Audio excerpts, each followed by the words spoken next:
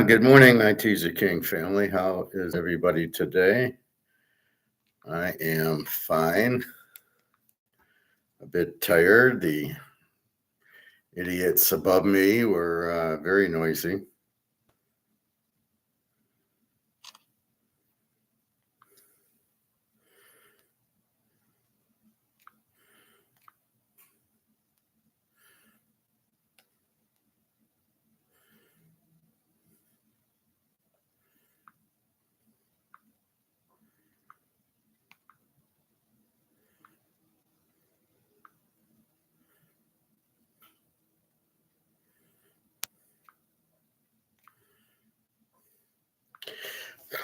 So we're going to talk about this comex ponzi scheme. It's really, really frustrating. It's just blatantly illegal.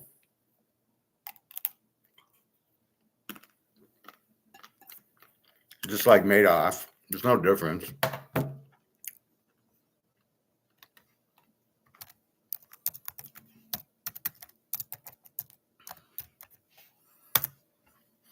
So let's look at it. We got gold. Gold was 50.28 at 2 in the morning. It goes down to 49.70. What reason? It's a Ponzi scheme. Then goes all the way up to 50.40. And now it's down to 49.96. What's going on? It's a Ponzi scheme. So when it gets high, they short it and the options come in and lower it. And when it gets to a low point, they buy it high. So why did it go from 50.28 to 49.80 to 50.40? Why didn't it just stay at 50.28 and go up a little to 50.40? Why the down? That's the Ponzi scheme. They're shorting it to get to a point, and then it goes back up. It's absolutely, totally illegal. It's totally fucked. We don't have a physical system, a physical price.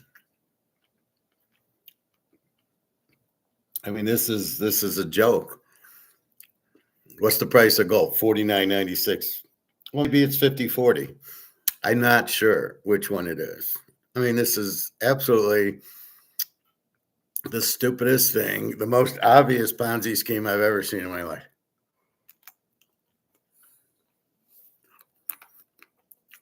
They have no gold if people were asking for delivery. What does that mean? So, excuse me while I eat my breakfast. So this is done by option. This is paper.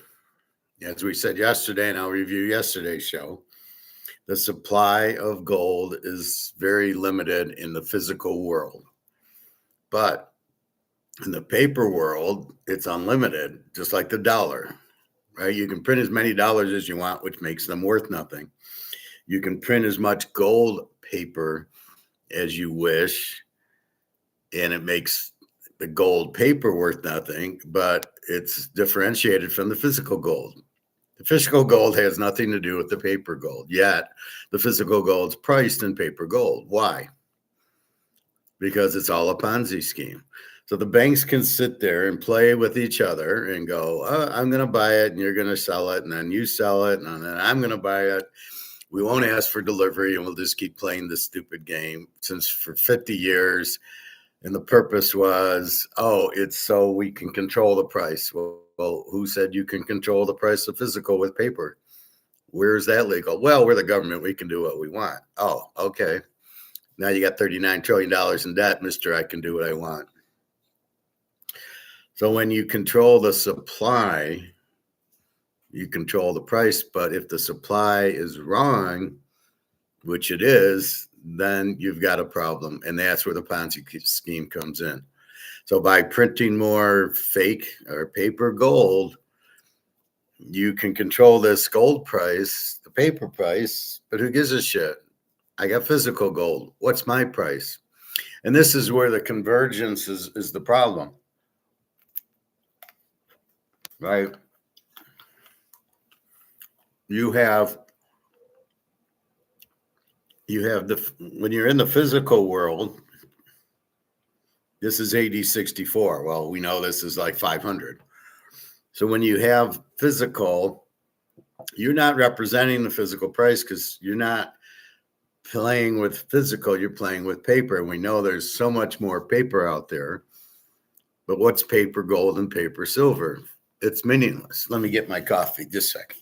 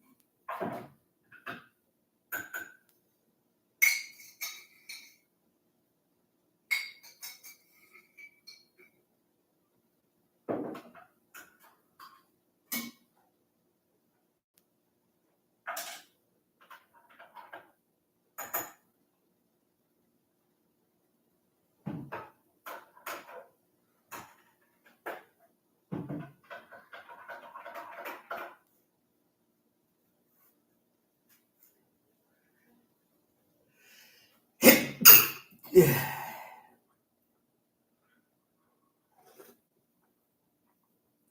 That wasn't going to happen nicely. So you have the banks trying to set the physical price with paper. Does anybody see? I hope so. There are ounces of gold, and there's not a billion ounces there, or a billion tons. There's 200,000 tons of physical in the world, but yet you're playing 800,000 or 900,000 tons in comex and paper. What the fuck are you doing? We're the banks. We'll do what we want. Okay, you play over there in your sandbox, paper sandbox, but we're going to play in the physical sandbox. So what we need to do, and I think what China and Russia and India and Saudi Arabia are trying to do is say, fuck off, and we're just going to do a physical. There's 200,000 tons. That's it. Trade them. You need the physical to trade them. But we got to get rid of this comex. This is how corrupt the bankers are, which means the government, because they run the, when people say, well, JP Morgan didn't get arrested, or Jamie Dimon didn't get arrested for the Ponzi schemes he's doing on this gold price fixing or other, Madoff, because he's in charge. He runs the government. The government does what he says because the government's corrupt. And this is the whole problem with this system. You keep electing people that are not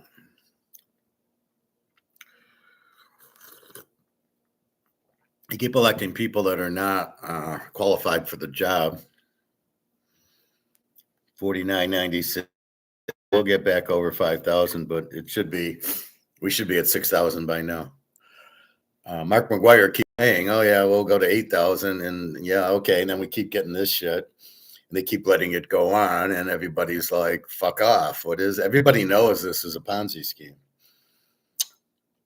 Well, I'm gonna buy it. I'm gonna short the contract, and you buy it, and I'll lower the price. The only strategy here is to keep the price down so they can buy physical, and or to make a little bit of money on their options. I'll sell it, and then you buy it. And look, we made $20 of paper money, and the most ironic part is they make money in this, which is worthless. And these are bankers, and they're too stupid to understand gold. What are you going to say? So this is the big Ponzi scheme of what, 49.96 gold. What are you kidding me? It was 5,500. It should never be going down because you can't print it. So therefore it would never lose its value. It only loses its value is if you print it, like the dollar, right? The more of these you print, that it loses value, which is the inflation. and you can't inflate the gold. So why would the gold value ever go down? Why are we seeing it? And the only thing I can come up with is so they can buy it at $49.96 instead of 8,000. But if you hadn't bought it by now, what are you waiting for? Silver's coming back nicely. It's 81 now, so that's good. And then we have, in gold, well, I'm not too worried about it, but it's, you got to get it back. But again, it's the 10 o'clock drop. Why is there a 10 o'clock drop? What is the point of that? And there is no point of it.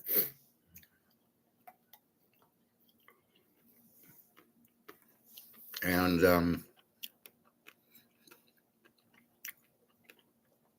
that's the problem with it. There is no point of this 10 o'clock drop. There's no point of it dropping from 2 in the morning till 6 in the morning. For 4 hours, it dropped. Why? Oh, because they're doing contracts. They want to get the price lower. Why? They want you in the stock market. They want you there. Well, let's take a look at the stock market today. Let's take a look at Bitcoin. The fakest. This makes comex look good. Bitcoin today is at 73,000. Who the hell is buying it? Only morons and idiots. It's not even real. At least these options are somewhat real. Let's look at the Dow. The Dow's been slipping a lot, but people aren't noticing it because it was 50,000 and now it's 46.9 up 399, and then what kills me is the dollar gets stronger. How can the dollar get stronger? You print the shit out of it. So none of this makes any sense. It's all bullshit, right? So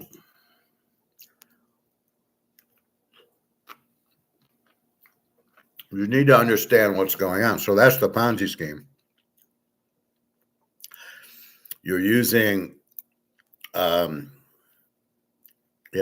200,000 ounces. You're using 1 million ounces.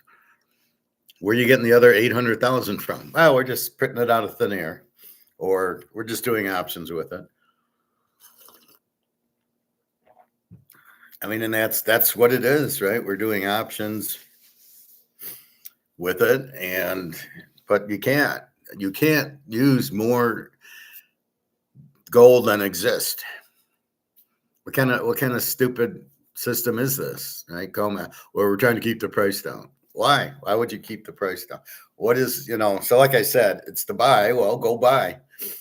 It's to keep you, look, gold's down. I want to get into the stock market, or Bitcoin's going up. So buy that, because everybody's so fucking stupid that if something goes up, they just buy it because it's going up. They don't know why. They don't care why. They don't understand it. But you know what? Hey, it's going up, so I'm going to buy it. That's how stupid people are right now. People will buy Bitcoin because it's 73,000. Well, how about 120? Somebody's telling me they made money. I go, how did you make money? It was 120. It's down to 65. At what point did you make? Well, I shorted it. Oh, bullshit. You shorted it. Yeah, I have this thing and it shows if it goes up and if it goes down, I make money either way. Yeah, bullshit. You're not going to talk to me like that.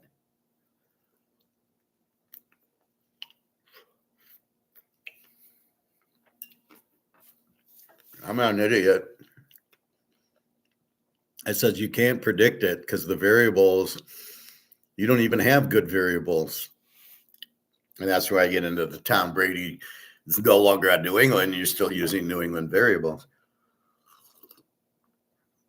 And that's what you get here. You're still using what variables can you even use in Bitcoin? Oh, supply and demand. Oh, in what world is there supply and demand? Well, let's put it this way. You think Bitcoin has 21 million bits, whatever the fuck, it ain't coins. So it has 21 million. Okay, they haven't gotten there yet. So why would the price go up? You haven't sold the 21 million you have, which means So demand is under supply, which means the price should never go up. Certainly shouldn't be 70,000 when you haven't sold out yet. Gold, 200,000 tons, you've sold the 200,000 tons. That's why it should go up. As I stated yesterday, when demand outpaces supply, the price goes up. Well, in Bitcoin, the demand has not outpaced the supply. It hasn't hit 21 million, or if that's even a real number. Well, it's in the code. Oh, yeah. Okay. Yeah. Mr. Fuji wrote the code. We all believe that. If he's such a good guy, why don't we know who he is? Oh, he's the CIA. He's the Russian mafia. Somebody wrote it. It's all bullshit.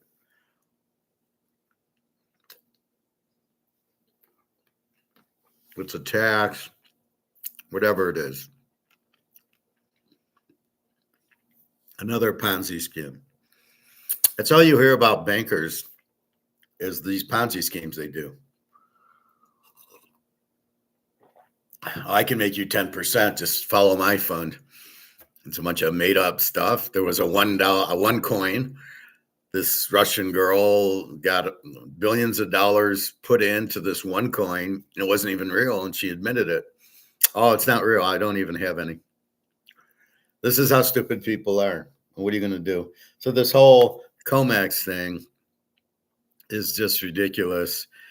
It's comex is very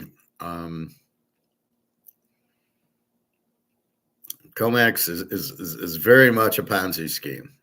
That's all you can say about it. It's not real. The trades aren't real. I'm going to trade, there's 200,000 tons, and I'm going to trade 500,000 tons. Of what? Of paper. That's not real. Are you trading gold? No, we're trading paper gold. We're not trading real gold. How can it be real?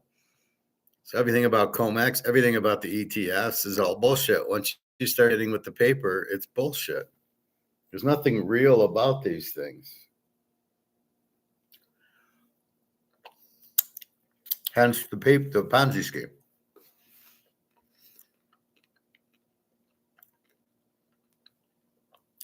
So you sit there, people like us, we understand it. It's a Ponzi scheme. You're a Ponzi scheme. You're Madoff. He never made a trade. But because he got more money in, he paid off the other people. As long as he kept getting money in.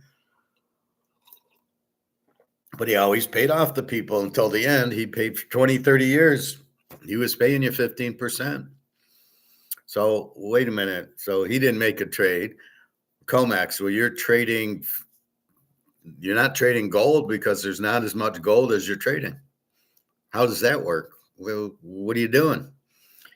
And then the kicker is the physical price is using this fake supply of a million tons of gold, and there's only 200,000 tons of gold, and yet you're trading a million tons of gold that doesn't exist. None of it exists.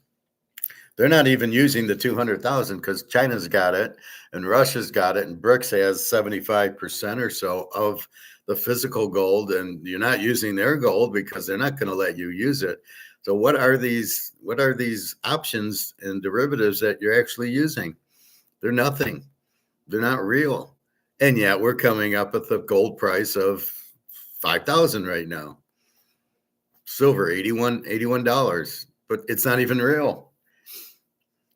I mean, this whole thing, how do you not have a physical price of gold and silver or any of these commodities or oil? It's all some sick fantasy.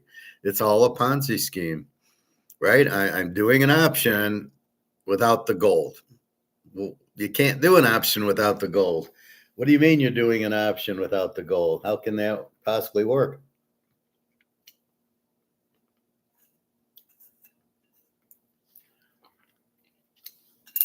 So as I described yesterday, a normal market, I have 200,000 tons of gold.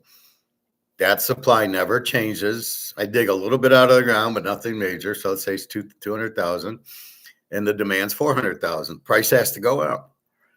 But in this case, In the paper, comex and ETF world, they create paper gold.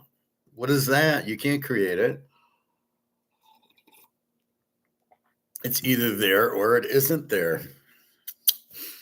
You're selling things that do not exist. How is that not a Ponzi scheme? Yeah, Eric Sprout, you and your fucked up system and your ETFs and Rick Rude and all these clowns that are coming, oh, buy stock, buy this, buy. It's all bullshit. At least stocks, you're part of the company. You can see the company's financials, although they're pretty much cooked like Enron. And that's why I stay away from stocks, because I can't believe any of the financial statements are real.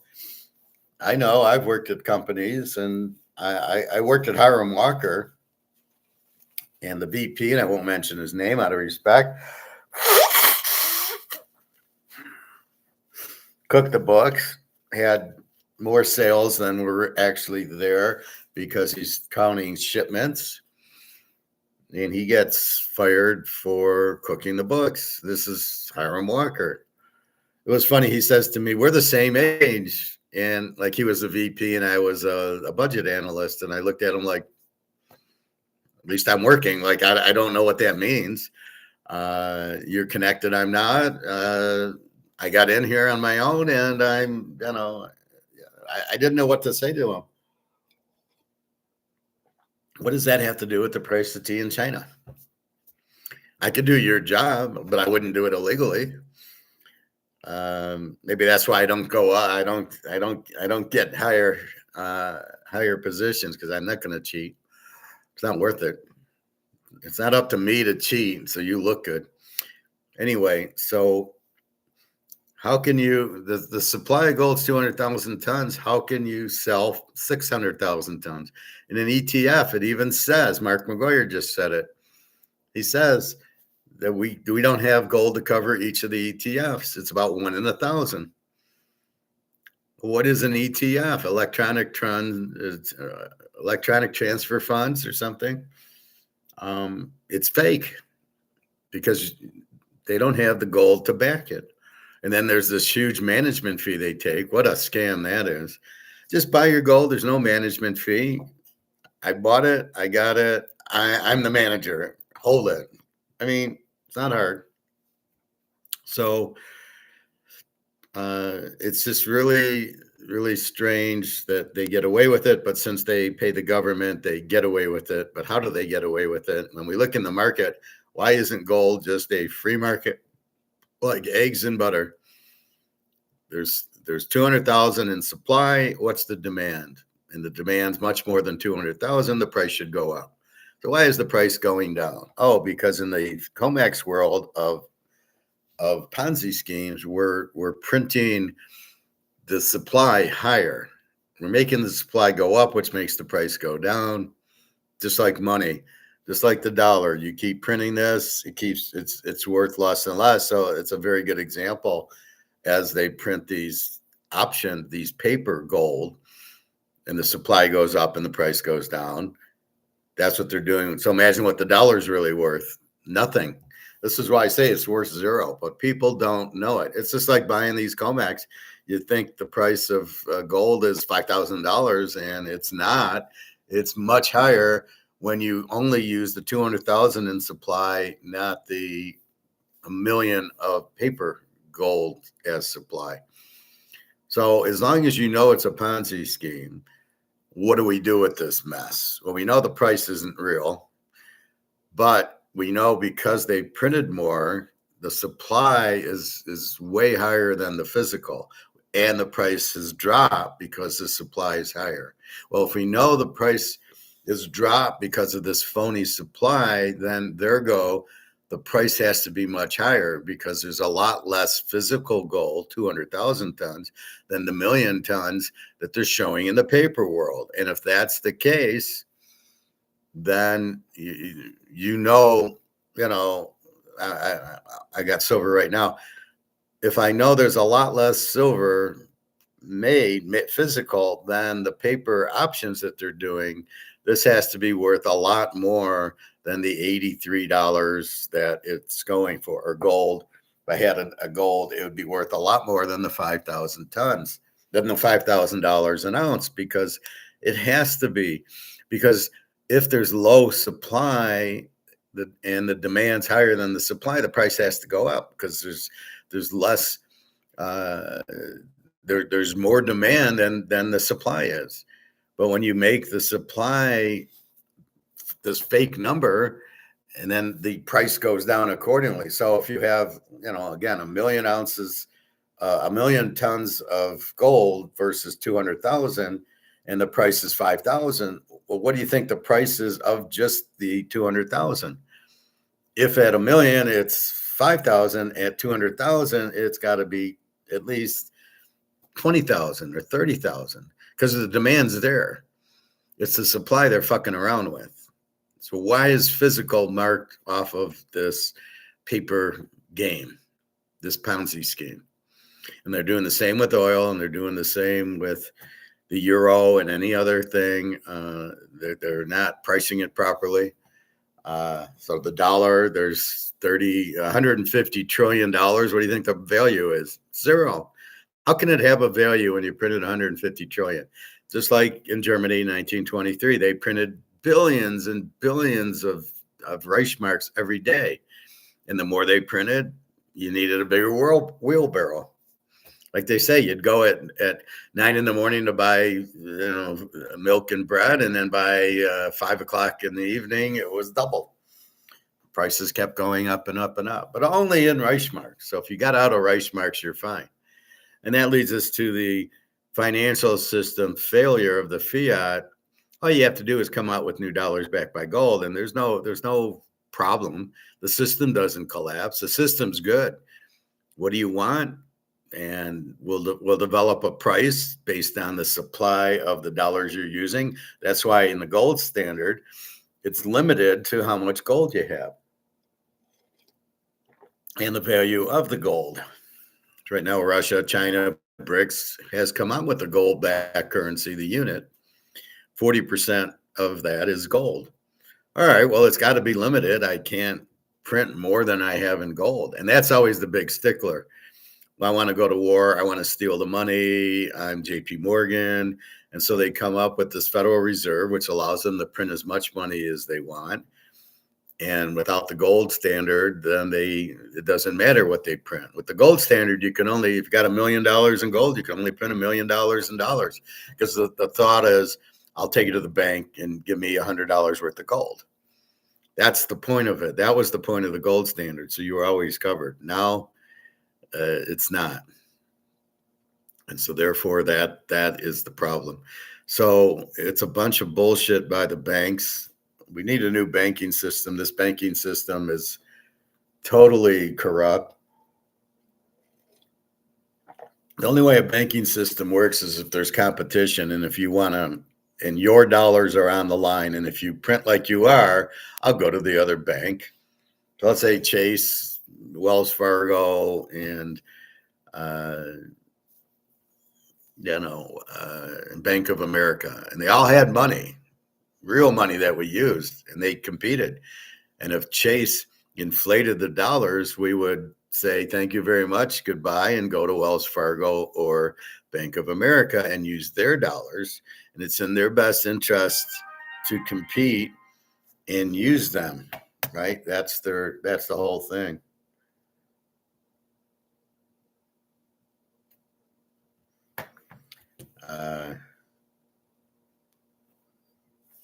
So that's the point of it. So that's the problem that we have, is the whole banking system is very corrupt. The whole government's very corrupt. And we've got to sit there and realize that it's corrupt. And we figure out, what do we do? And that's why you're here, and that's why I'm here. And the answer is get into gold and silver, because they can't corrupt it. They can't really print it, and they can't really fuck the value of it up by coming up with anything fake. So they use comex, so we just ignore it. We realize the price is way undervalued, and so we buy it as much as we can, knowing that the value is much higher. And then we're going, well, why is it going down? Why isn't silver 500 an ounce yet? Why isn't gold 20,000 an ounce yet? It's going to be. It's just this until we kill comex and the banks do these stupid options. How do we end this? I'm playing a million tons of gold when there's only 200,000 available, or saying, how am I doing? I'm doing a billion tons of silver and there's nothing there. There's nothing in the vaults. They can't pay it off. Why is the game still going on? Who's playing this game? Oh, it's JP Morgan. Oh, Wells Fargo, Deutsche Bank. Oh, USPS. Oh, all these banks trying to make money off of shorting them. They're doing their shorts, knocking the price down and then buying them, right? That's why you see it go like this. You see it, what gold was 50, like $50 or 5,050, and it goes down to 49.80. Okay, now we'll buy, but it's not real. It's just paper that doesn't exist. It's not real gold. What are you shorting and longing? You're not doing real gold. You're just doing these paper, it's just bullshit. It's like me. It's like, oh, I'm going to do this. This is worth 80. This is Bitcoin. This is worth $65,000. It's a piece of paper. Well, at least you can see it. The idiots in Bitcoin, it's hard to understand what they're thinking because you can't even see it. Tell me what a Bitcoin looks like. Why is it called Bitcoin when there's no coin involved with it? How do you know it's limited to 21 million? Because Mr. Fuji says so, and you just, oh, well, that's good enough for me? Really? Oh, okay. So these are the problems. And you keep, okay, gold and silver will start going up, and the banks are still doing these options and derivatives, and they're not stopping, even though when they take physical, there's no physical for them to deliver. So they keep trying, well, we'll just settle in dollars. Nobody wants dollars because you've inflated it. And that's the other critical warning sign. Nobody wants our bonds because they're not worth anything, because the dollars collapse.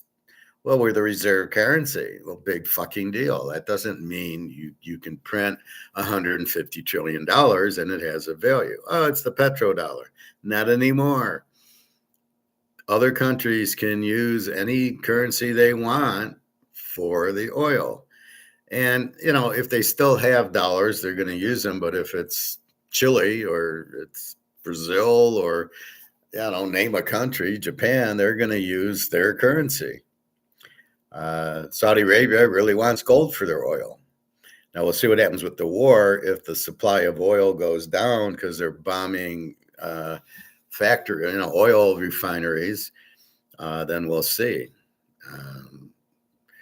The war, gold and silver should go up because of the oil. So I don't get why it's reflected in the dollar value.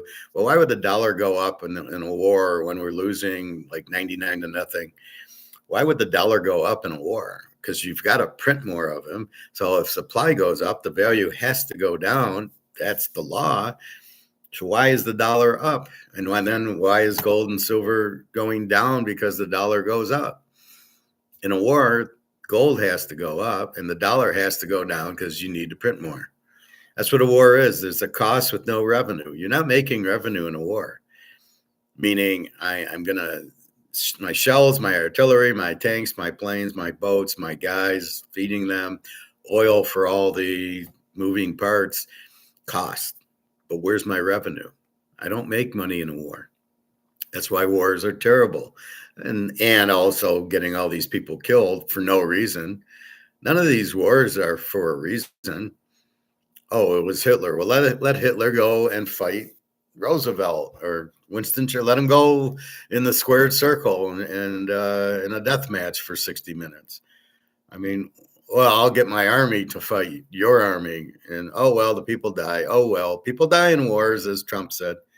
What a fucking bunch of idiots. The whole idea of war is absolutely ridiculous. It's to get the manufacturers to make more money by selling their arms to both sides. J.P. Morgan, the guy on Sherlock Holmes #2, and now the defense contractors. And it's, why are we letting these idiots control things? So again, but they're getting paid in dollars, so they're not worth anything. Now, if you ask the normal company, would you rather get paid in gold or dollars? I would imagine 100% would rather get paid in gold. That's got to tell you something. So the Ponzi scheme is they're creating 1 million tons of gold, even though there's only 200,000 on Earth, and that lowers the value because they short 1 million tons. That's the Ponzi scheme. You can't short what you don't have. There's 1 million tons. You can't have 1 million tons if there's only 200,000. Where are you getting the million from? And the same thing in silver. There's, I think, 500,000 tons of silver. And what's it come out like 10 to 1 out of the ground or something? 15 to 1 or 8 to 1? I think it's 8 to 1. So that would be 200,000 times 8 be 1,000,006 or something. But you're doing 50 million tons of silver that don't exist. Yeah, so that's your Ponzi scheme. However, if you understand that, you just buy it. It's cheap for you because they've increased the supply, the price goes down. Okay, so I'll buy because it's cheap.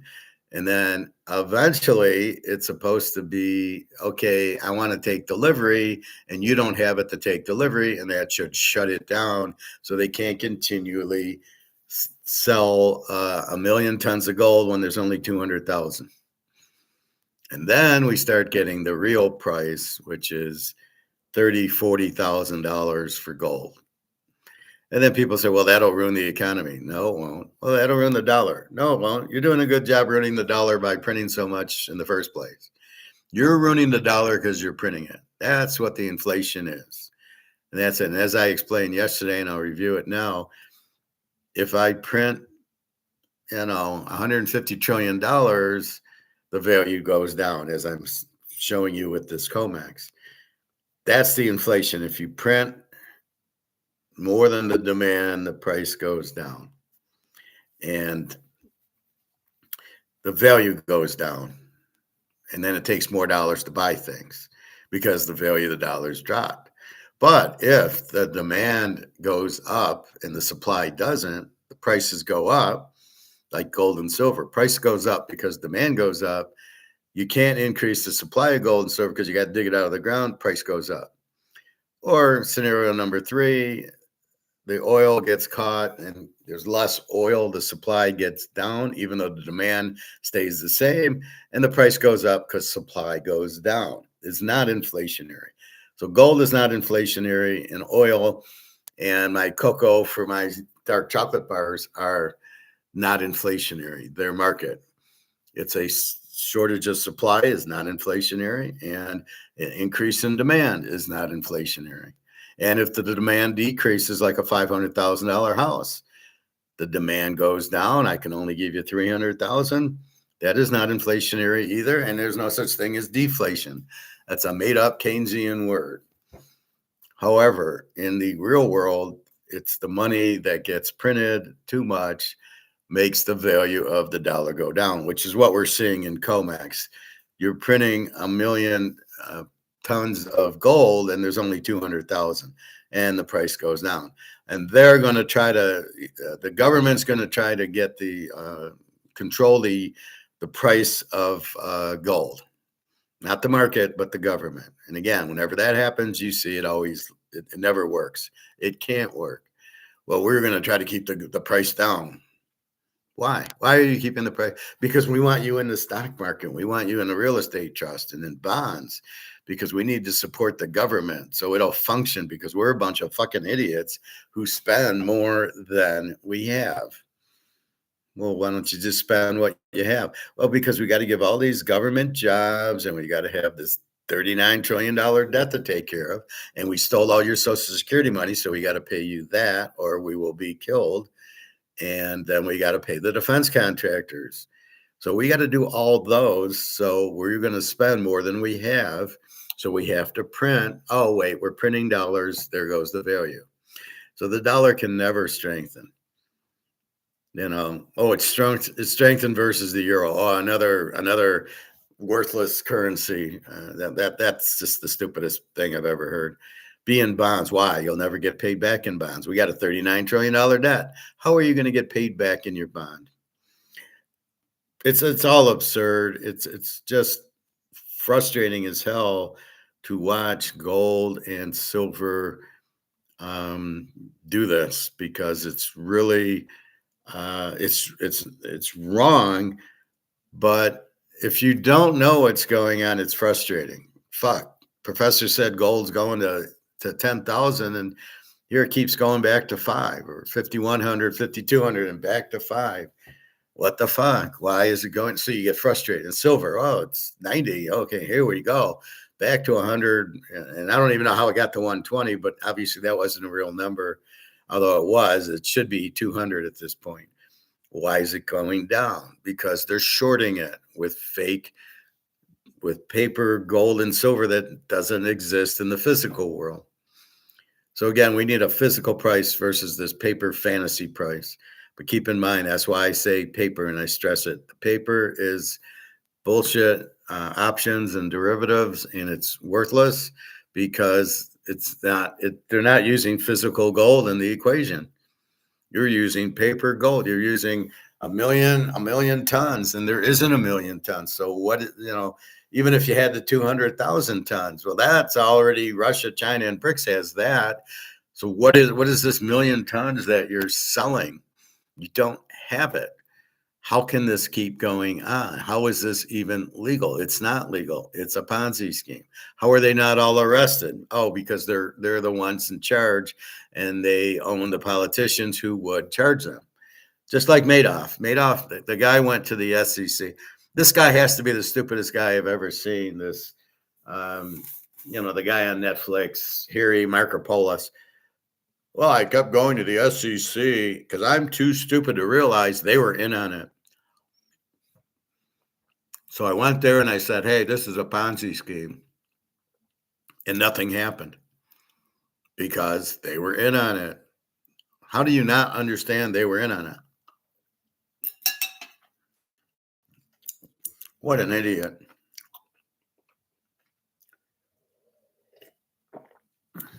So, I mean, here's the Ponzi scheme. Madoff turns himself in. I don't know why. He should have just said, well, we're ending. The mortgage crisis killed us. The market's getting crushed.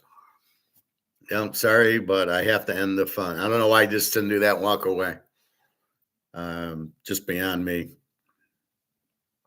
But that's the problem. So you have all this bank and all the government is all bullshit.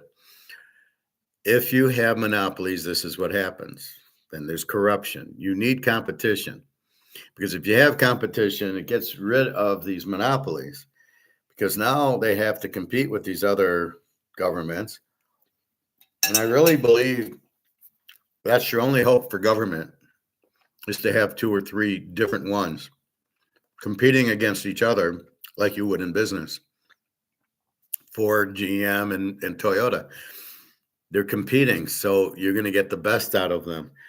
And it's got to be honest, because Ford's bullshit, I'll go to Toyota, or I'll go to GM. I mean, that's the point. And that's what you need here. It's not Democrats and Republicans. They're all the same. It's not Trump. Trump's a criminal, which we know. And they all are. Biden was, and Obama was, and Clinton. Oh, my God. And Hillary Clinton. And, I think Reagan was the last one who was honest. And how honest was he? I don't know. But that's what you have. And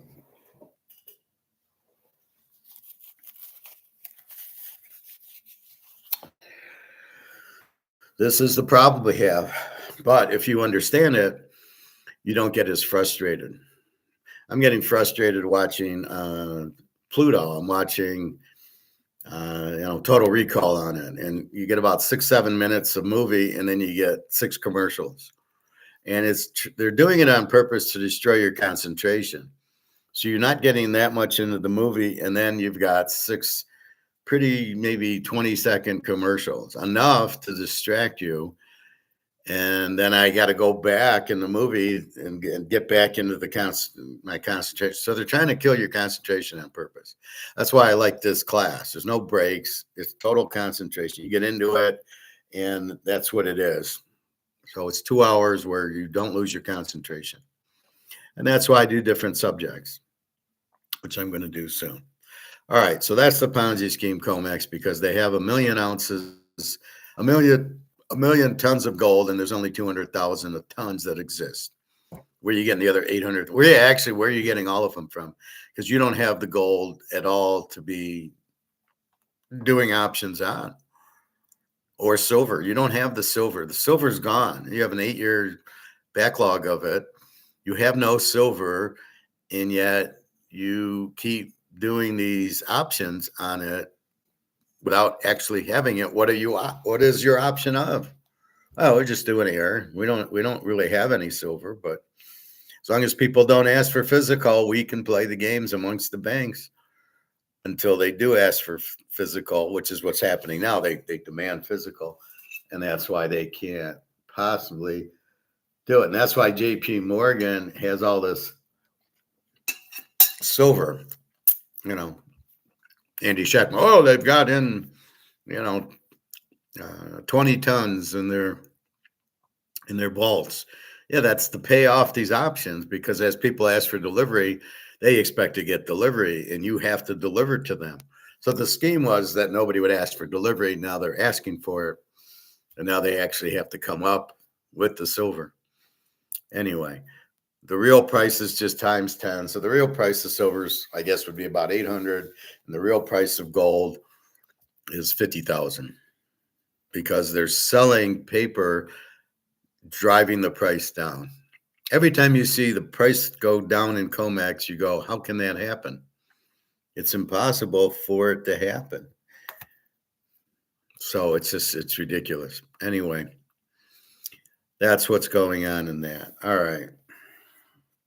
Questions, comments, please let me know. We will see. Feel free to jump in, make a comment or a question. It's why I do it live. And, I see a lot of people watching, but they're not commenting. Yesterday, I had like 50 people watching. I had 2 comments where I had John C. and somebody else. That gentleman, did you put the onion on your feet, and are you better from your strep throat? I hope you are. Should be, but let me know. The bracket for the NCAA came out. We can take a look at that, but first, let's talk NBA. So Oklahoma beats Minnesota 116-103. Oklahoma was laying 8.5. It was they seemed to score with this guy, Shea, 219. The total was 227. Dallas beats Cleveland 130-120. It looks like these are over teams. Total was 234. They got to 250. Dallas plus 14.5. Something's wrong there. That Cleveland would be 14-point favorites at home and lose by 10. That there's a problem with that line. They're undervaluing Dallas, I think. Milwaukee 134, Indiana 123. That went over 257. Milwaukee minus 7.5 won also. Indiana 15 wins, not a good team, but they did get 123 points, so they could be an over team. This one I know I called. Toronto 119, Detroit 108. Toronto was a home dog, and I remember taking them as a home dog. Pistons really aren't that good. Total 224, they got to 227, so it did go over, but Detroit doesn't have a lot of scoring. Toronto 119. So it was more of a low score. These are more low scoring teams, but it's hard. These road favorites are extremely difficult to bet on in any sport. Philadelphia 109, Portland 103. Philadelphia, home dog of 8.5, 229. It didn't go over. Some of the Philly players are hurt, so I see them as an under team. But Philly does get the win. Again, they were getting 8.5, another home dog here. That's just crazy. So Portland, obviously not that strong. They're not even a 500 team. And actually, Philly's 37-31. Portland's 32-30. What's Philly doing being the home dog? Oh, the guy was injured. Well, they got other guys. If these are all pros, it really wouldn't matter. Unless you use if you lose a guy like Magic or Bird, Jordan, Isaiah, then that would matter. Kareem, Wilt was out. Jerry West. The Knicks 110, Golden State 107. Again, the Knicks laying 14.5. I don't know why there's such a big spread. Total of 218. We came in at 217. It's the Knicks. You don't know what happened there. But they win by 3, and again, they're laying 14.5. I've yet to see a big favorite really crush them. And then our last game, Sacramento 116, Utah 111. Sacramento laying 2.5, and I did like Sacramento. So let's take a look at today. So as we're starting to see more and more games, we see the back-to-backs. We see these big favorites very rarely cover. So the first couple of days I was doing this, or started to do this, you would see these big favorites did win.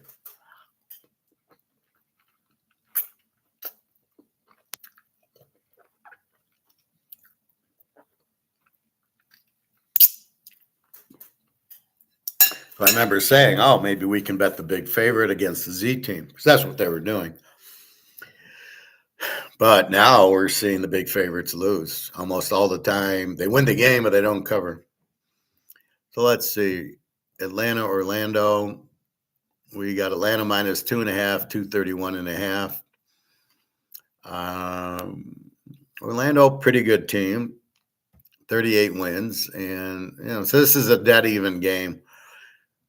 The spread's 2.5, 231. Is this going to be an over? I don't know enough about the teams. Maybe it's an over. Seems like it'll be high scoring. Golden State goes to Washington. Now, Golden State played yesterday.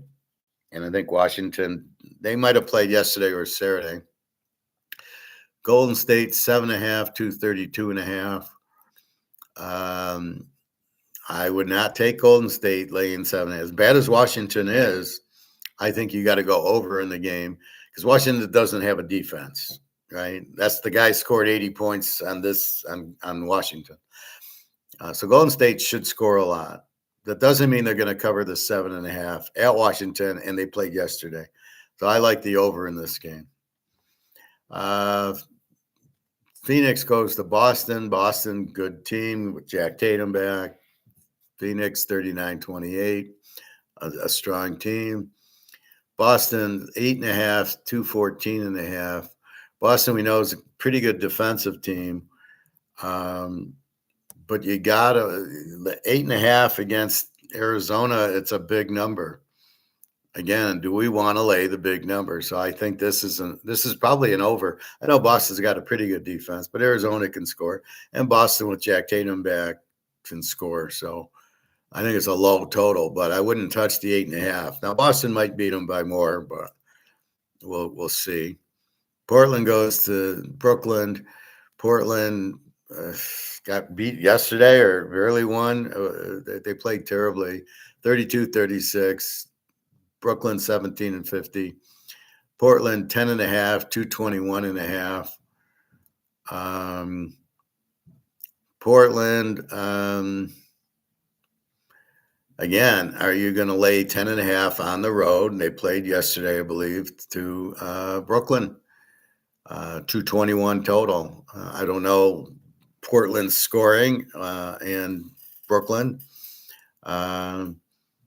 It's a tough one. I can't lay the 10.5 with Portland. I mean, I'm not going to do that on the road, but I can't take Brooklyn. They're terrible. So I think it's an over because when a team's 17-50, they have no defense. So Portland should be able to score a lot on them. Dallas goes to New Orleans. Dallas, I believe, played yesterday. New Orleans is laying 8.5. 240.5 to Dallas. I like Dallas in this game. Uh, New Orleans is 22-46, and Dallas 23. Dallas played well the last. They've been playing better. Getting 8.5, I think, is a joke there. Definitely give me Dallas an 8.5. Memphis goes to Chicago. The Grizzlies against the Bulls. Chicago lays 5.5, 242. Oof. Big. That's the biggest total I've seen. Memphis 23 wins, Chicago 27. This could be a case to take Chicago. You're only laying 5.5. Big over number 242. Should get a lot of scoring. We'll see. But I think I'd take Chicago here. The Lakers go to Houston. The Lakers 42 wins, Houston 41. Houston laying 2.5, 226. Don't know Houston's team. Are they over and under? Lakers, I think, are high scoring with Luka Brasi. Houston laying 2.5. I don't like the Lakers here. So I'd probably take Houston here, lay the 2.5. We'll see. If it was a little higher, I'd take the Lakers. And then San Antonio goes to San Diego. San Antonio 49 wins, San Diego 34. Been playing well with that guy back. San Antonio 8.5, 235.5. Kawhi Leonard is the guy. So he's been scoring. San Antonio scores with Netanyahu. Probably an over game here. I don't know that San Antonio's defense is all that. We'll see. They're laying 8.5. I can't lay 8.5. So let's go over 232 in this game. And that be your baskets. Let's look at the NFL.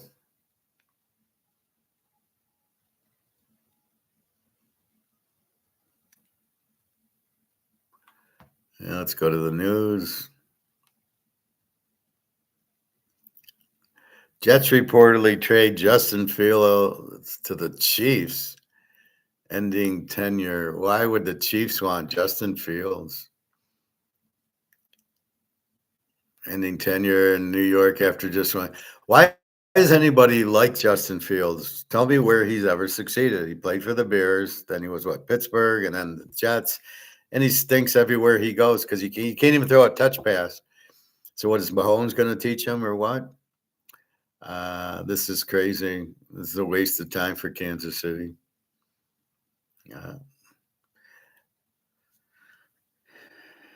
Let's see.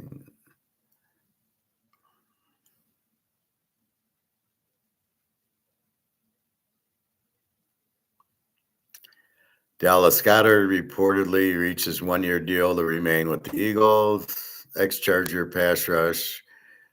Owa signs a 4-year. Why would you pay this guy $25 million a year? These contracts are way out of control.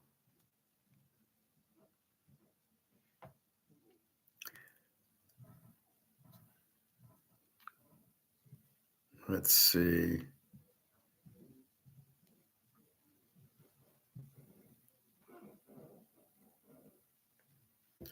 Is there any other activity? I don't think so.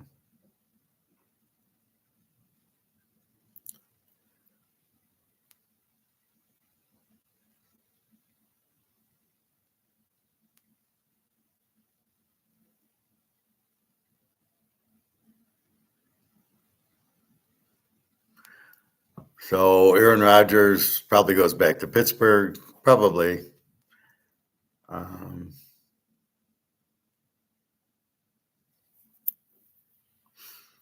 Yeah, that's about it. Okay, let's look at the NCAA March Madness, I guess it is.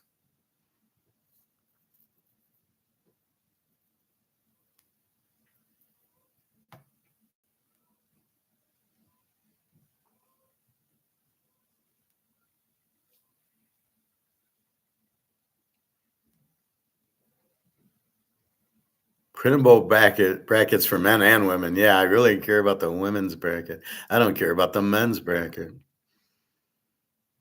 So where's the bracket?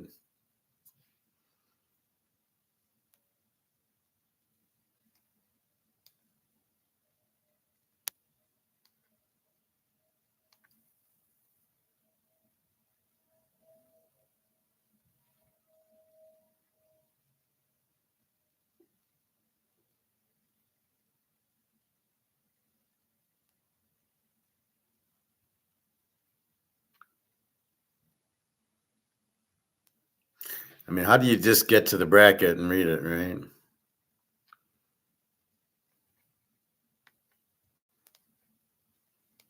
Oh, here we are.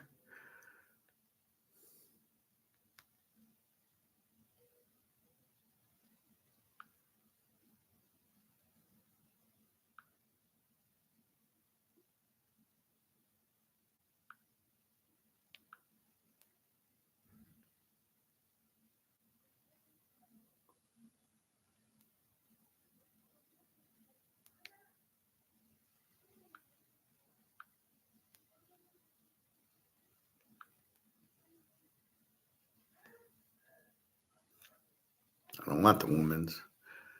I want the men's.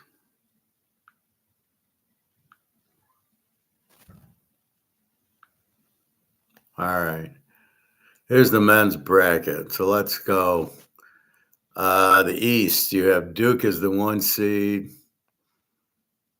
You've got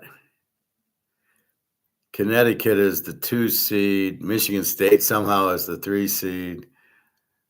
Kansas is the 4. Other notables: Ohio State, St. John's, Northern Iowa, California Baptist. What are they doing in this thing?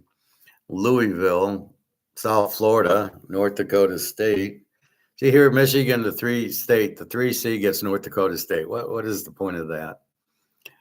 And that's how it's unfair. Connecticut gets Furman, Florida gets or that's the next bracket. So Duke, if Duke wins, they probably get the Ohio State TCU winner, and then they would get the St. John's, Kansas, whoever wins that bracket. So it's pretty easy for them.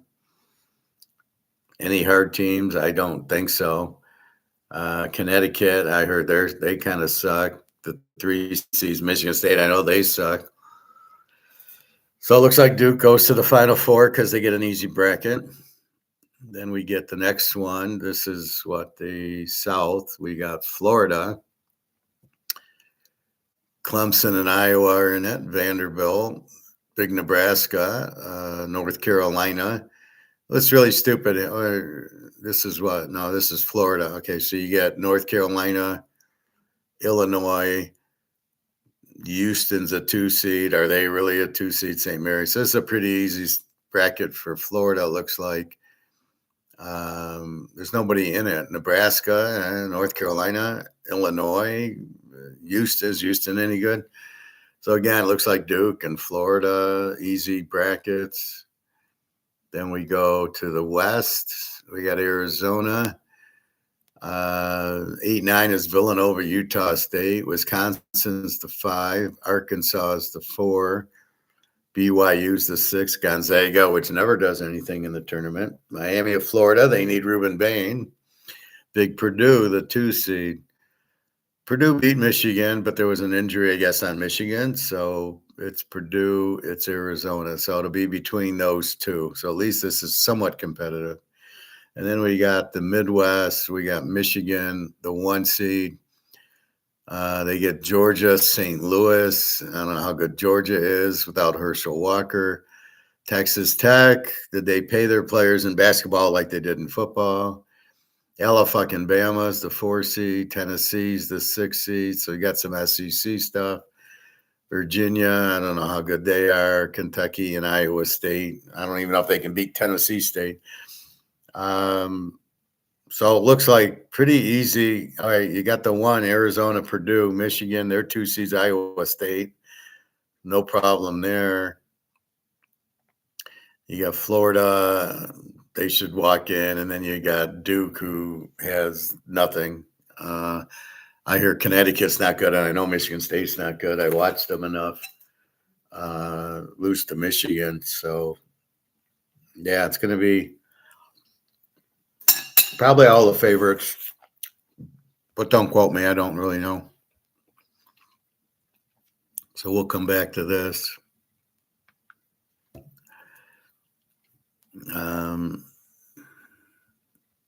Is there betting lines? There will be betting. See, I'd rather just bet the games as they come as opposed to having, try to pick the bracket. I think that's stupid. Texas plays NC State. I love how they're both 11 seeds. How can they both be 11 seeds? This whole, I was looking at the NBA yesterday, and the first 6 seeds get in.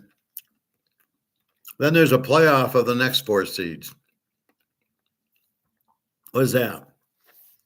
So we're going to have a playoff to get into the playoff.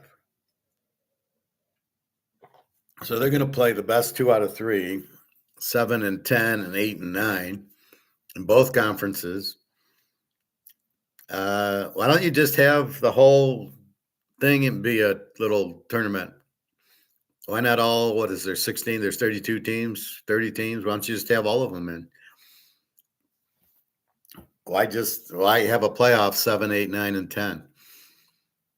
That's the point of the regular season. That is the playoff. If you beat the other teams, you get in. This way, the 10 seed has no incentive once they're locked in, or the 7 seed has no incentive. Well, we'll be one of the 4. The incentive is to get into the 6 and not have to play that, but you've just played 82 games. Do you really need this best out of 3 little play-off, play-in to play the first 6 when there's no chance you're beating any of the 6 because you're not very good? You're not rewarding the top 6 by having the 7, 8, 9, 10. It's stupid. Well, there's money. Well, then why don't you play a 100-game season? There'll be more money made, right? So I hear some idiots on the radio go, oh, well, the 82 games too long. Let's make it a 72 game regular season and not make revenue. Oh my God. Are you kidding? Or baseball, 162 game season. It's too long. Let's cut it. Are you kidding me? If anything, they want to have a 200-game season. They would never go. That's why NFL wants 18 games. More money. Because nobody's going to the preseason games. They're not even on TV. I mean, they're on TV, but they're not. Nobody's playing. I was listening to the Tigers in the car going to swim yesterday. And the Tigers are there with their that the announcer's so bad, and he's saying, well, Johnny Johnson's I don't know what team he's on. Oh, good, great play by the shortstop, Bill Mazeroski. What team is he on? You don't even know what team is which. So these exhibition baseball games, don't know why they're there. If these guys aren't going to play in it, what's the point? In college football, they play the high school team. In pro football, there's no point of the exhibition season. They're just playing their backups. There's really no point in playing your backups. What are you doing playing they might get hurt. You need the backups. Look at the Lions. Their whole defense gets hurt. You need the backups. Why are you playing them in the preseason? They might get hurt.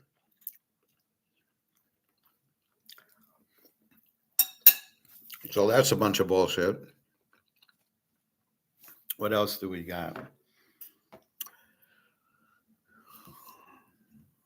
Prairie View plays Lehigh Wednesday, and Miami of Ohio plays SMU in the 11-11 matchup. Then we get to Thursday. All right, let's see. Arkansas 15.5 against Hawaii. We don't know where the game's at. BYU gets one of these play-in teams. Duke at Siena, laying 30. What's the point? Why even have the game if they're 30 points better than the other team? Georgia against St. Louis. Georgia's 2.5. Again, you don't know who St. Louis is, so they might be a great team. They might be a Final Four team. Are you going to bet them? Gonzaga 20 over Kennesaw State, who's a 14 seed. Houston 23 over Idaho. Idaho is a 15 seed, but you're blind to it. You'll see they're a 15 seed. You don't know if you should play them or not. Illinois 24 over Pennsylvania. I don't know these. Why is the Ivy League in this NCAA tournament? Really? Louisville 5.5 over South Florida. Football, I might take South Florida. Here, I don't know. Michigan gets the play-in game winner, so they don't have a line yet. North Dakota State, Michigan State 16 and a half over North Dakota State. Michigan State's normally a strong defensive team. So I would say that they're laying 6. I would go under. John C., hello. Troy goes to Nebraska. Nebraska 12 and a half over Troy. Nebraska's a pretty good team this year, but how good's Troy? We know they're a Sun Belt team. We know them in football. We don't know them here. North Carolina 2.5 over Virginia Commonwealth. You would think this would be a no-brainer. Take North Carolina, but don't know. Ohio State 2.5 over TCU. Now here, you maybe can go with TCU. At least it's the name we know. St. Mary's 3.5 over A&M, and they're the 7 seed, and A&M's the 10 seed. And interesting play there. Vanderbilt 11.5 over McNeese State. Who's McNeese State? See, this is what you have to problem solve here. You can make a lot of money if you understood McNeese State was this really good team. Vanderbilt is Daggio Pava playing on the basketball team. Probably good. So then you have to see how good these teams are and then get a feel. It's a tournament. Are they going to be good under pressure or choke and that? And then High Point plays Wisconsin. High Point. What kind of college is High Point? Wisconsin 9.5, 164 over High Point. John C. Justin Fields to KC is a backup. Yeah, you're way behind us. I already told you that. Okay, then we get to Friday. And we open up with Alabama 4 seed, 12.5 to Hofstra. Arizona 31 over LIU Brooklyn. I don't know what LIU means. Iowa Clemson, the 8-9 battle. Iowa 2.5, 129. Looks like they fucked this up because Iowa's favored, so they should be the 8 instead of the 9. Connecticut 20 over Furman. How bad's Furman? Iowa State, Tennessee. Iowa State. This might be Tennessee State or Tech.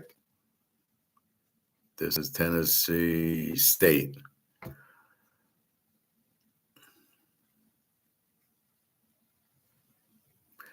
All right, so it's Iowa State, Tennessee State.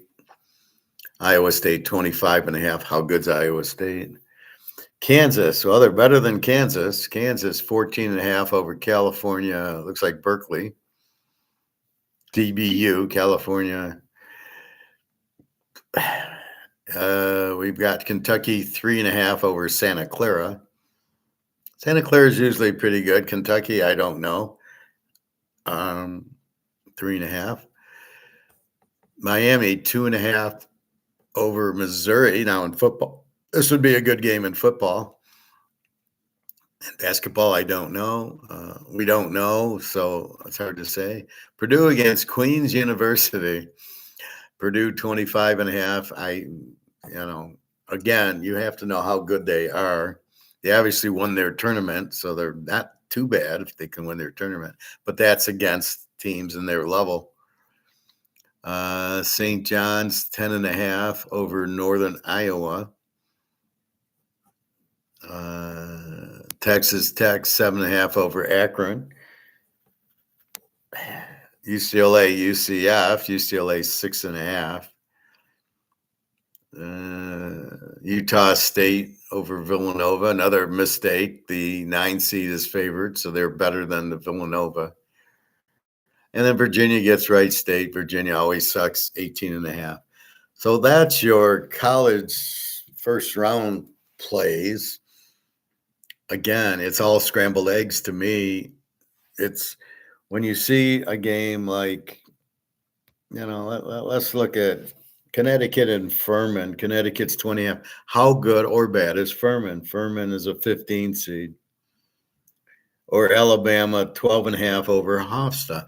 This is the key. You must understand the team. This is what I preach in football. You've got to know how good South Alabama is, or North Texas State, or any of these, Troy and Appalachian State. You must know how good they are. But usually They're good in conference. That's why I spell that out. When they come out, when they go play Notre Dame, Ohio State, they get killed. Now, that's football because they're trying to impress the voters so they get a better vote. And that's the difference in football. Here, they just want to win the game. It's a tournament, so we will see. But again, you have to really understand the teams. That's how you problem solve everything.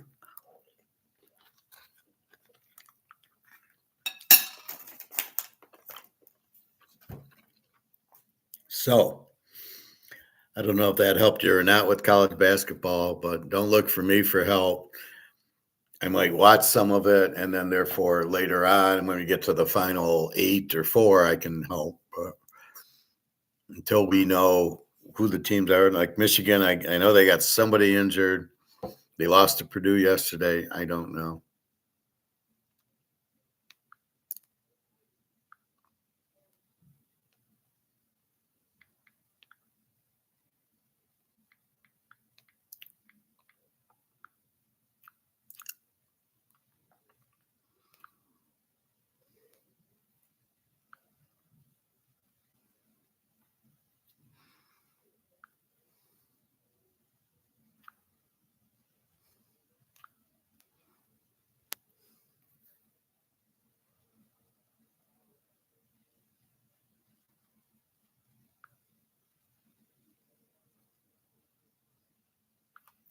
All right.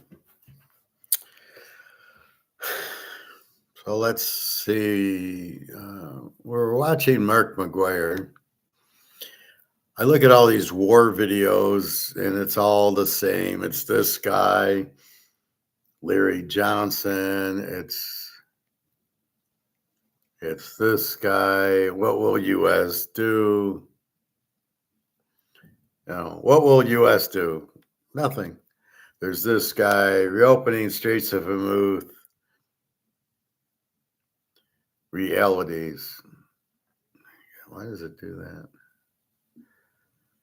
So will they open the Straits of Hormuz? Don't know. So I watched some of these.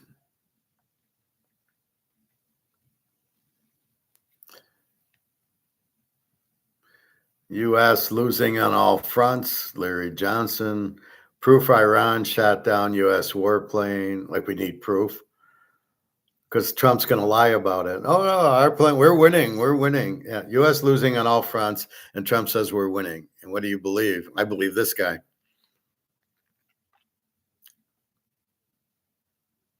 Then there's here, Iran war goes, goddamn. Iran war goes global energy and food crisis. Now, I did see gas up a little bit more today, and I need some, but it doesn't matter. You got to buy it no matter what the price is if you want to drive your car. However, what you do is you drive less. Now, that is a supply and demand. This is not inflationary. The price going up of gas is not inflationary. It's because the supply is being interrupted, and therefore the price goes up with lower supply, hence not inflationary. It's the market, it's the supply going down raises the prices. And in gold and silver, it's the demand going up raises prices because there's no more supply. That's why we got to blow up comex, because they're pushing the supply of gold up, but there isn't any. It's paper supply, and we're worried about physical supply, which is the problem with comex. Iran war goes global energy and food crisis. So who's making out Russia? They're selling more oil. I don't know about the food. So Russia's looks like they started the war. They pushed Iran into it. Let's have a war, and probably told Trump to do it. And then who wins? Russia. Russia's winning this war because they got the higher oil prices, and their oil has not been interrupted, and they're selling it at $85, $90 a barrel. Let's take a look at the price of oil now, of gas.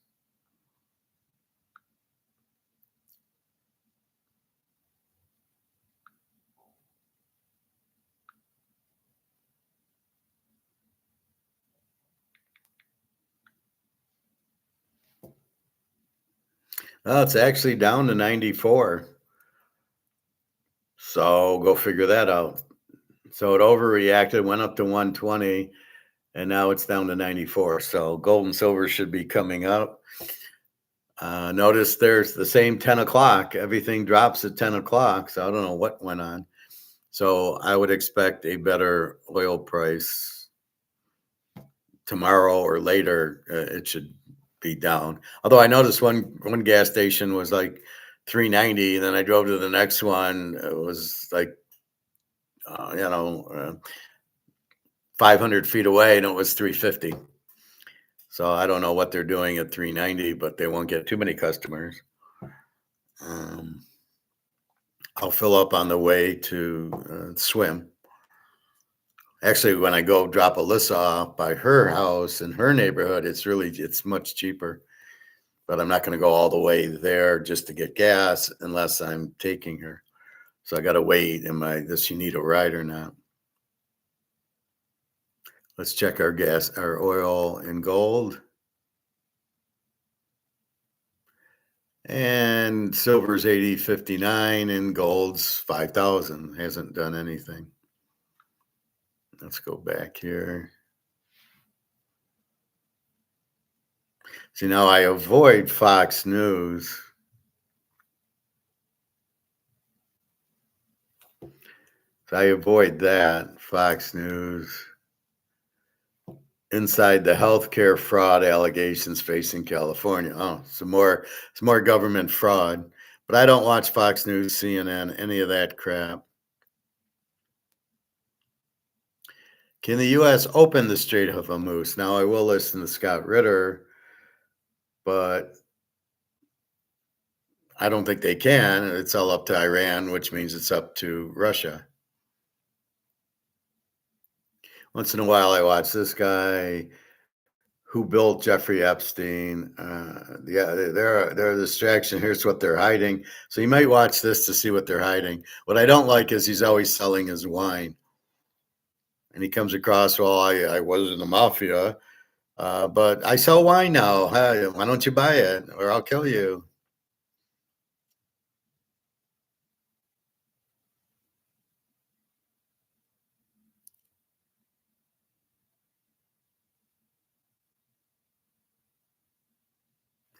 This is an interesting one. Who owns Newsom, who is the governor of California?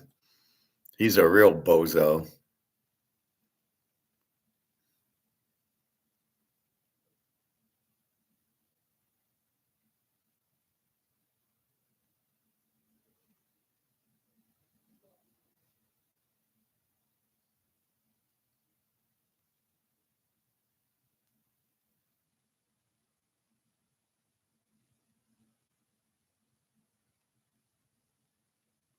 I don't listen to this guy because he's an idiot. Uh, he's for two completely different views on gold, but I don't like this guy. I like Egon. He's one of Egon, but he's not a Austrian. He's a Keynesian. He's really a salesman who doesn't know anything what he's talking about. So, do Indian housewives own more gold than the bank? Who gives a fuck?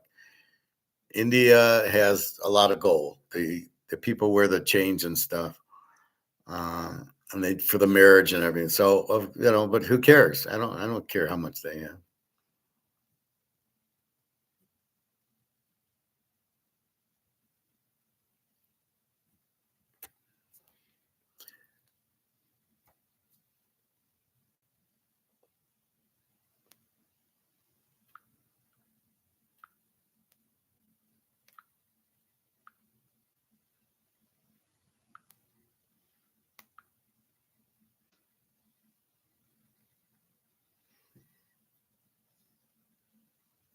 So we've watched Mark McGuire a couple times. I'm not going to get into it again, but he does talk about $8,000 gold and $150 silver, and you scratch your head going, well, okay, but I still see 81 silver and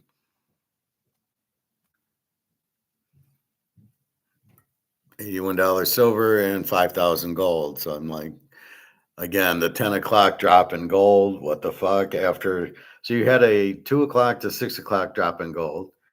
Then it kind of comes back up, and then you have it at 50.40 going, okay, here we go. And then a 10 o'clock drop again, down 49.90 and now 49.95.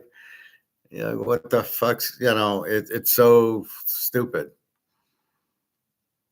So uh, again, we just know it's a Ponzi. So that's all you can do with it.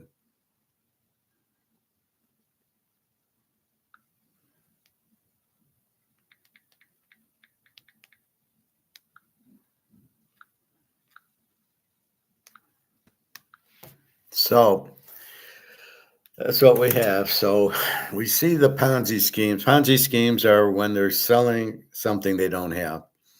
So a Ponzi scheme initially is, I'm going to give you 50% return on your money.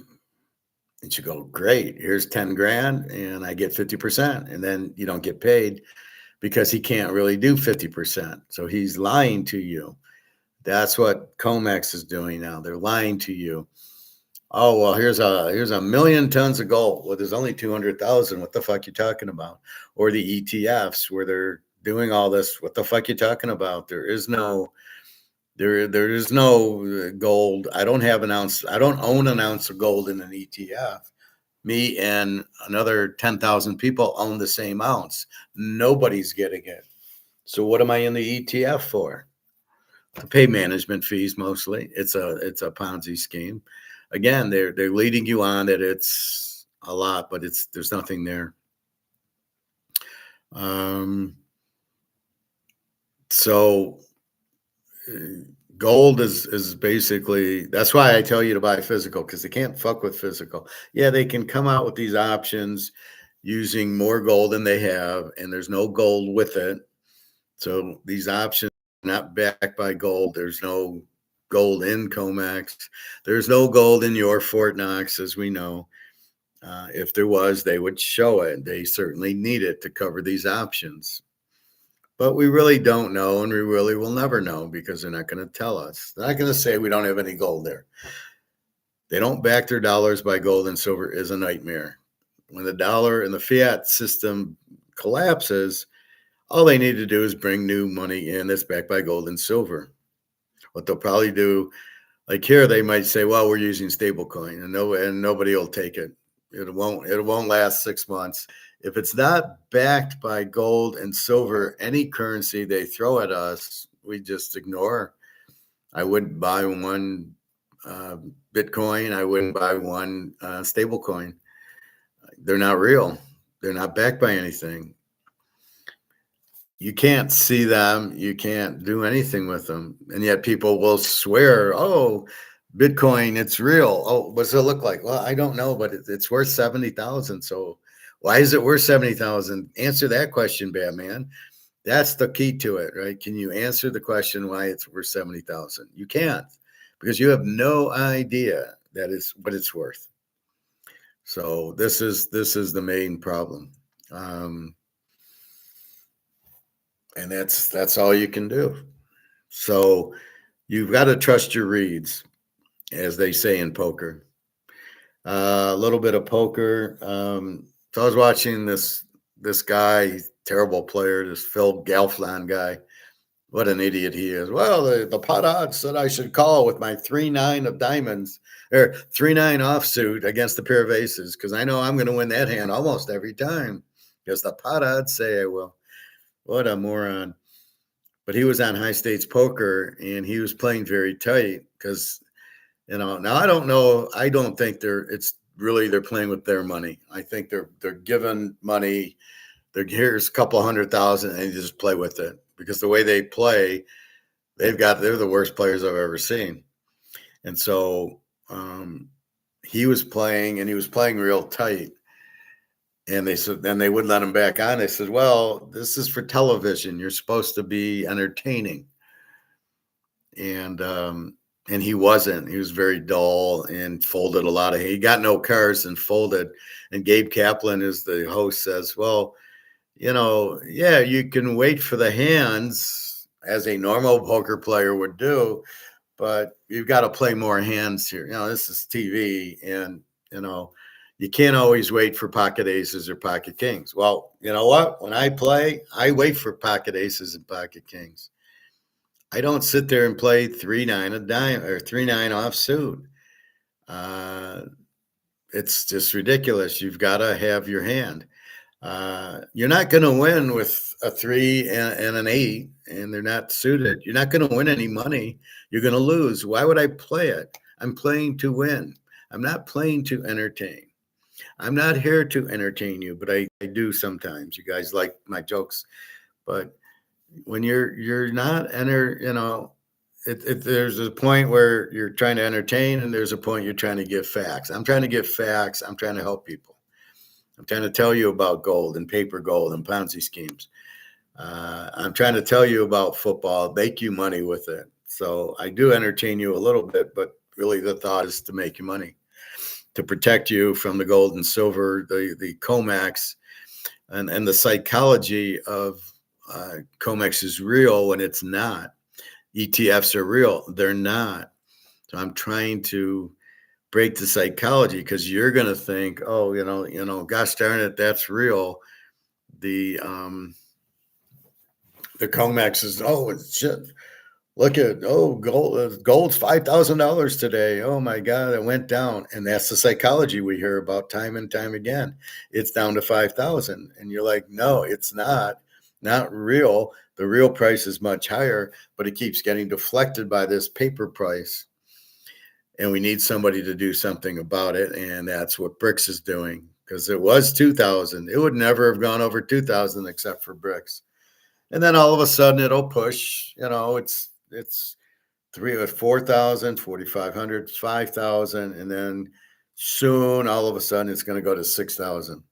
And then it'll go to, so it kind of gets to 4, and it played around. It was 4,000.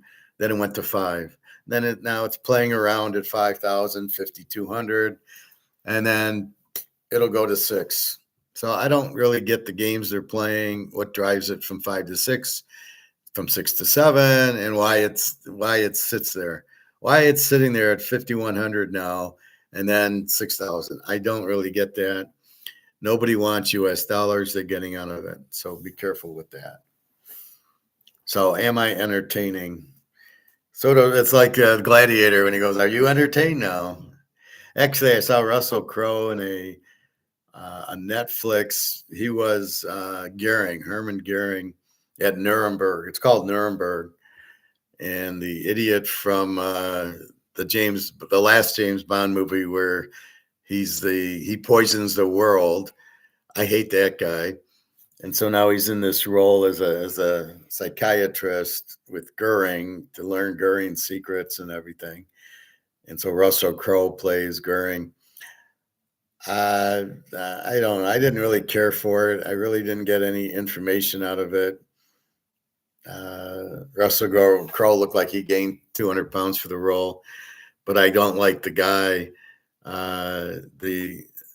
I don't like the guy. And then you got the guy from Kangaroo Jack as the attorney.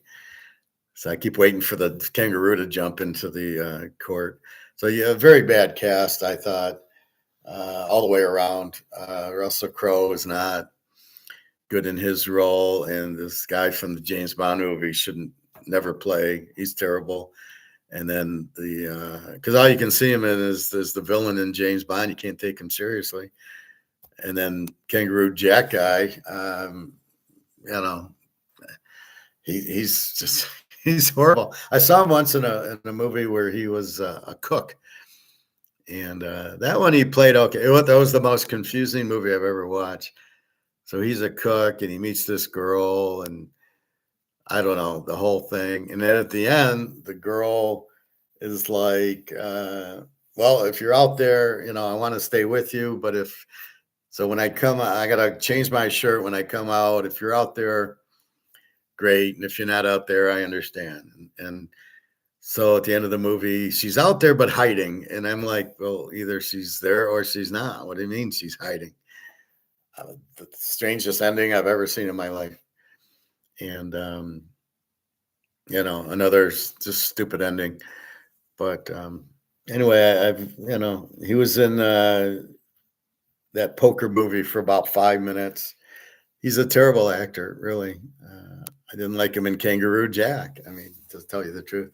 But anyway, you've got a lot of actors who play bad roles. Then you see him in another role, and they're just not believable. I didn't believe the guy in the James Bond movie as the killer. He kills Spectre. I never saw. I never understood that. I never got the whole concept of the movie. Who is he? He wants to kill everybody. Why? Who knows?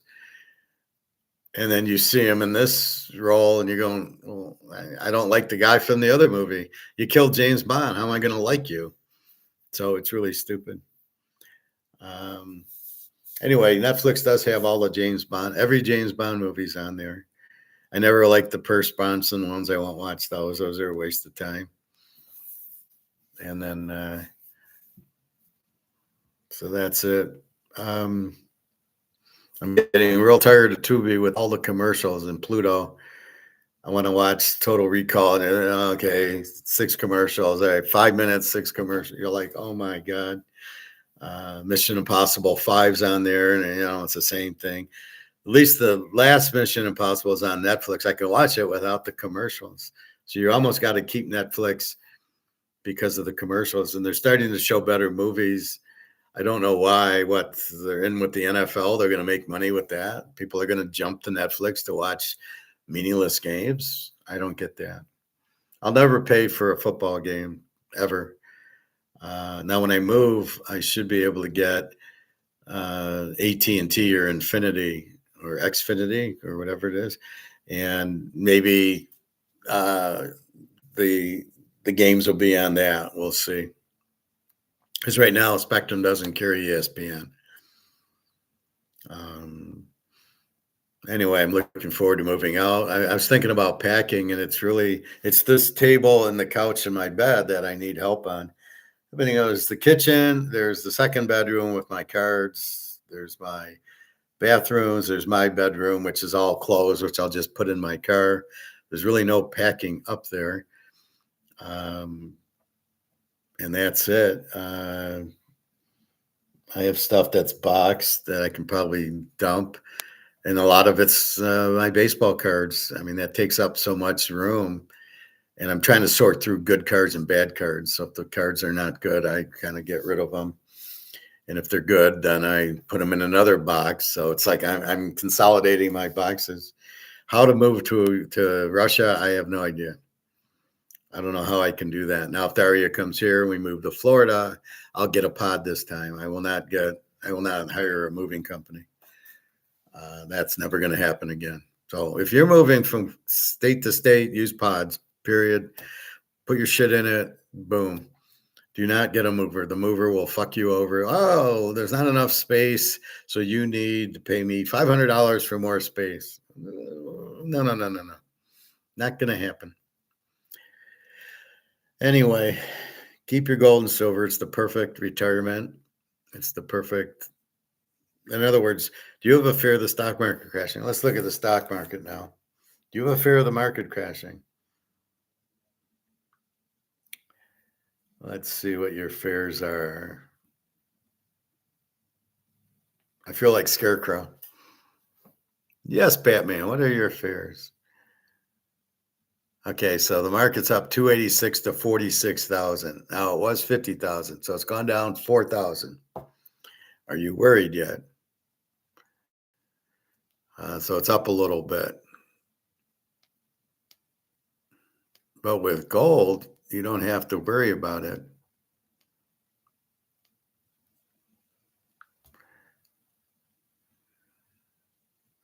So gold's going down again, 49.77. Silver at 79.83. Again, it's all meaningless bullshit. And again, that's paper gold. That's not physical, which that means supply is greater in the paper market than in reality of physical. That's why you own physical. It's a lower supply number that can't be touched. Supply can't go up. So therefore, Demand goes up, pushes the price up. So here you think, oh, what? Demand's going down? Is that why? No, they're raising supply in the paper market that's lowering this price, not in the demand side. The demand's strong, everybody wants it, and it's not like demand's dropping. This is a supply issue where supply is going up because they're shorting it. So they're adding supply of gold and silver and paper. And guess what? It's not paper, it's fucking physical. So then you ask yourself, well, what's Bitcoin? Well, you're not even using the 21 million. Is it demand spiking the price? Is supply even real? So is it demand that raises Bitcoin and then people selling it that lowers Bitcoin? Well, considering it's not real, we don't really know. So, and again, is it options like comex? Yes, it is. So it's again the options going up, raising the price and dropping it. And you want to be in that game? Yeah. Good luck. So let's see who's bothering me. All right. So that's what we have. Questions, comments, anything? A lot of the focus is on the war in Iran right now. A war that Iran's already won. The U.S. has no chance. We don't have the missiles. We have no manpower. We have no missiles. We're trying to shoot missiles out of an airplane. Yeah, that's not going to defeat anybody. Our ships are at sea, are getting blown up. The Straits of Hormuz will not allow the oil supply to go. So we need to vamoose and leave because we can't win this war. We never could. Because to win it, we got to take out 90 million people, which we can't do unless we nuke them. And God hope we don't do that. I don't understand the whole thing of nuclear weapons because you can't use them. I got a nuclear bomb, but I can't use it because if I nuke you, you nuke me, and nobody wins. What's the point of the nuclear bomb? It's nice to have, but you're not going to use it. Well, I'll use it on Iran because they don't have one, so they can't nuke me back. And why do you want to nuke 90 million people? Are you out of your fucking mind? So we're there to get the oil from Iran. We thought that the Ayatollah would give it to us. And now we got Ayatollah Jr. in charge, and he's not going to give it to us either. It's all back to the U.S. is down $39 trillion, and we are broke.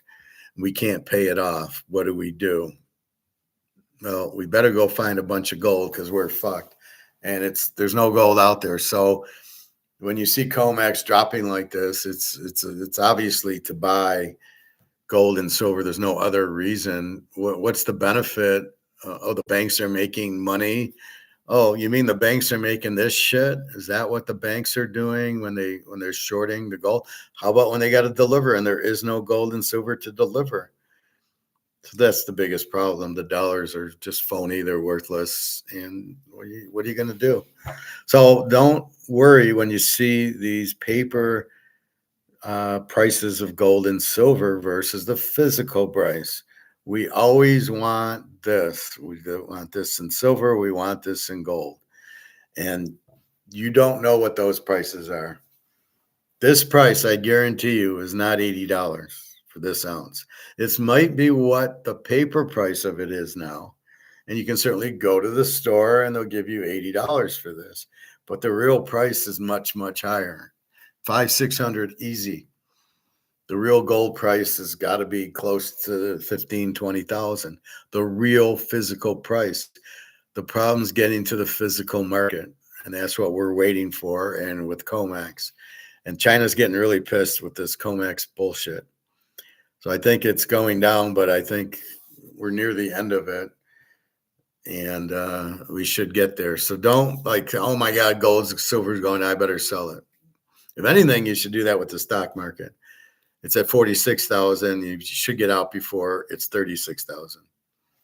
Now they keep printing the money. So again, the government's so clever. They print money and buy the stocks to increase the supply, to increase the demand for the stock, So the stocks are very much like comex. Oh, I want to buy Amazon. Okay, well, the demand for the stock raises the price. And if we print money and put it into Amazon, it raises the price. But is the stock worth the price? If the stock's worth 100 and the price is 200, it's not worth it. The company's only worth 100 an ounce, not 200. So you should get out of comex, and that's the problem of Amazon. The price doesn't make sense to the company. Well, most people have no idea what I just said. So how do you get the value of the company? You look on the income statement and the balance sheet and the cash flow statement. And that's what you look at. This EBITDA is a joke. People are using EBITDA. They don't know what they're doing. It means nothing. Earnings before interest, taxes, and depreciation. Who gives a fuck? You got to pay all that. I want to know earnings, right? I want to know cash flow. If it's positive, cash flow from operations. And really, you're looking into the future. Are there new products coming out? How's my competition? How corrupt is my president and CEO? And you look at all that. But right now, if I'm running a company, I want a lot of debt because it's going to be paid back in monopoly money. But most, oh no, we can't be in debt. Yeah, you want to be in debt, right? So if you own a house and you owe a mortgage, you're singing and dancing because you're paying them back in inflated dollars. The dollars are worthless. So the key is this is worthless because you've printed, the supply is too high. There's too many of them out there, and that lowers the value. And then you get this, you can't print anymore. This is whatever comes out of the ground can't be printed. So the silver has to go up if demand goes up, and with bricks, demand's going up. Now, even though we see this comex and we see this bullshit happening, we cannot be affected by it. We know this is bullshit. Even though we see the price, well, what's the price of? Paper, yeah, but I don't have paper silver. I got real silver. Unlike an ETF and unlike this, I have real silver. So my price isn't going down. The paper price is going down. But where's the physical price? It's coming. That's what BRICS is doing. It just takes time to get it out there. But that's where we're headed. So anyway, maybe I should I'll play Mark McGuire tomorrow. Just his key comments on it. But he's $8,000 and $200 silver. When does COMEX end? I don't know, but because the banks need the money, I guess the banks think that they get money, you make monopoly money, that's good.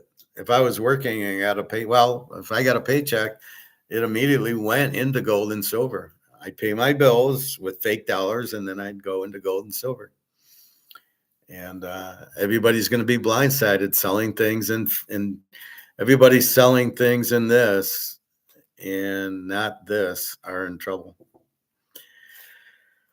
Oh, anyway, so that's what's going on. Football, nothing new. Fields, who cares? To back up Mahomes, I don't get that at all. Not much else going on in football. We got to wait for the draft. I think it's in April, so we got a month for that. Taxes are due April 15th. Again, you don't report your gold winnings. There's no reporting of it. You bought gold at 2,000, it's 5,000. There's nothing to report. The capital gains, if you don't make it's whatever bracket you're in. And if you don't get 1099, you're not going to show capital gains on it. Because they don't know you sold it, and if they don't know you sold it, they're not going to come after you. They're not going to look for you. And because they don't even know you have it. And it's so corrupt that they don't even know what the fuck's going on. Anyway, that's about it.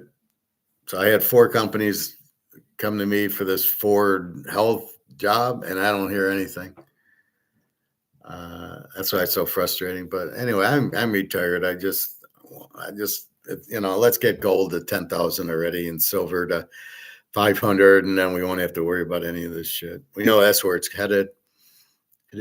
It has to go because there's very low supply and very high demand. The price has to go up. You can do these Mickey Mouse things with comex, keeping the price low. You can do that, but it's not gonna last.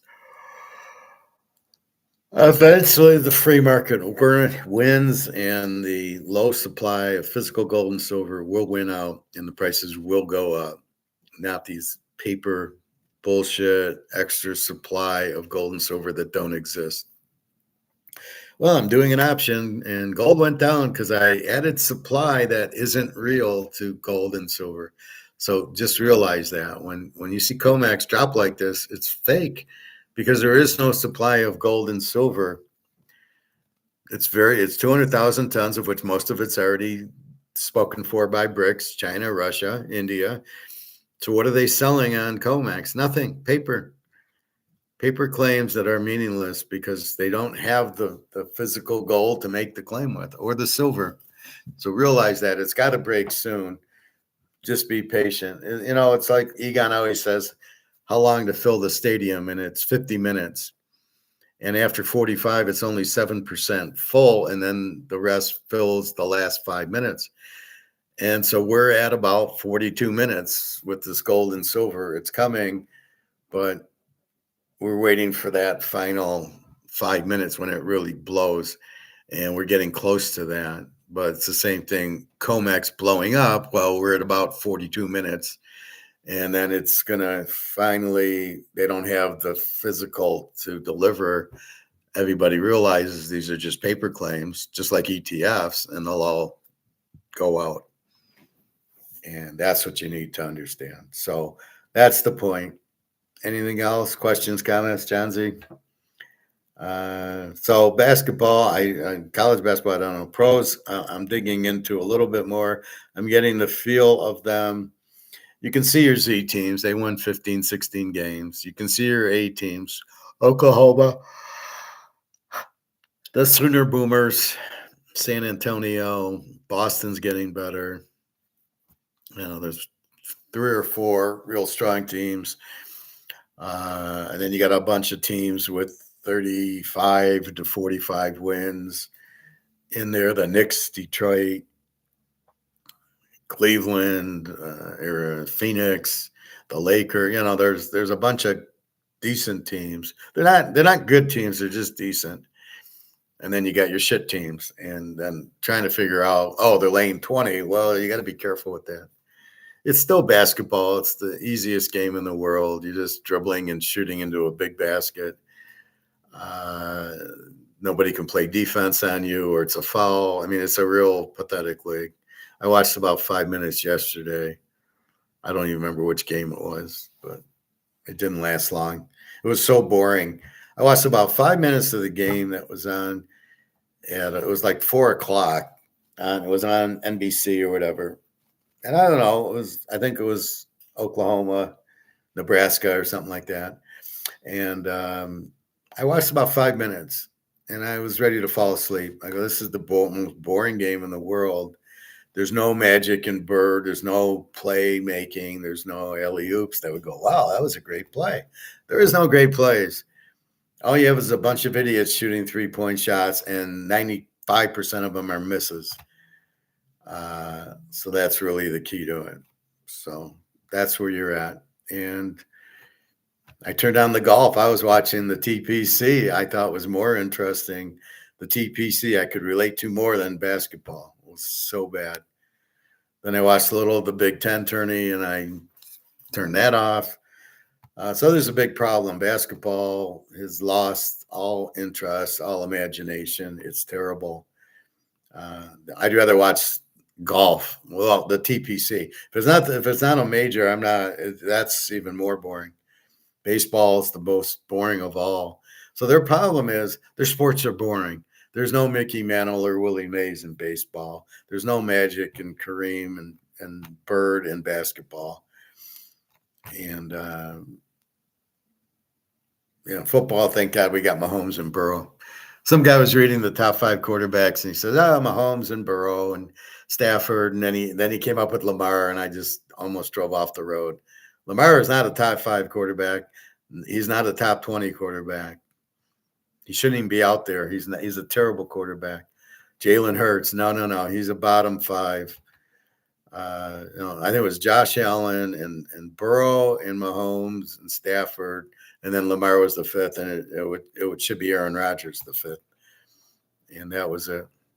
All right, I think I'm done. So I hope you got something. Yesterday's was fantastic. That's probably the best video I've ever done, explaining the difference between prices going up due to inflation, prices going up due to demand, and prices going up due to supply dropping.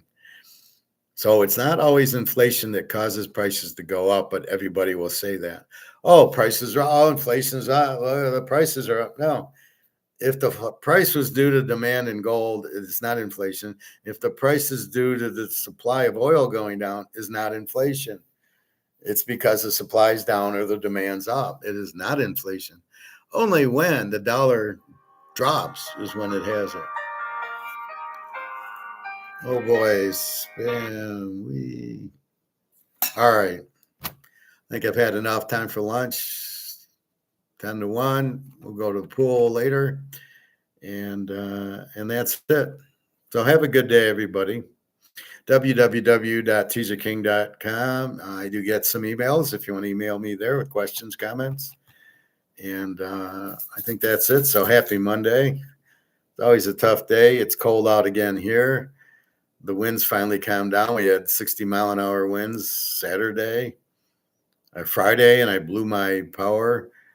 My car was getting blown away, but I lost my power and my internet. And by the way, if you need a new router and a new modem, chances are you're going to have to call the company to reset something they do there.